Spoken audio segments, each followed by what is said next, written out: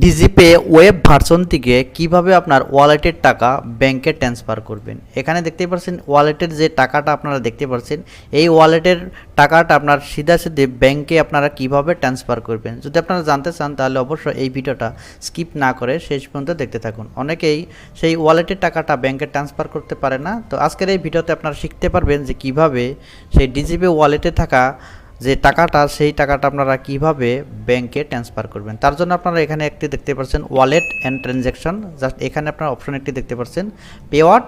Just এখানে পেওয়াটের উপরে আপনারা ওকে করার সাথে সাথে আপনার ব্যাংকের ডিটেলসগুলো এখানে এসে যাবে। আপনারা যত টাকা ট্রান্সফার করতে চান সেই অ্যামাউন্টটা এখানে দিয়ে দেবেন। এখানে আমি 10,000 দিয়ে দিছি। 10,000 দিয়ে দেওয়ার পরে এখানে আপনারা দেখতে পাচ্ছেন transaction type IMPS and NFT. তো এখানে আমি এনএফটি সিলেক্ট করে দিচ্ছি। এনএফটি সিলেক্ট করলে আপনার কোনো ট্রানজ্যাকশন ফিস দিতে হবে না। আইএমপিএস যদি আপনারা সিলেক্ট করেন সেক্ষেত্রে আপনার ট্রানজ্যাকশন ফিস দিতে লাগবে। তো আমি এই ক্ষেত্রে এনএফটি সিলেক্ট করে দিচ্ছি। এনএফটি সিলেক্ট করে দেওয়ার সাথে সাথে এখানে দেখতে পাচ্ছেন এজেন্ট অথেন্টিকেশন। এখানে চাপ দেওয়ার সাথে সাথে আপনার বায়োমেট্রিকে আপনার ফিঙ্গারটা রাখতে হবে। এখানে আমি আমার ফিঙ্গার দিয়ে দিচ্ছি। এখানে আমি ফিঙ্গারটা পুরোপুরিভাবে দিয়ে দিছি। এখানে আপনার প্রসেসিংটা নেবে। এখানে দেখতে পাচ্ছেন ক্যাপচার বায়োমেট্রিক ডাটা, এখানে প্রসেসিং নিচ্ছে, ফিঙ্গার ক্যাপচার সাকসেসফুলি।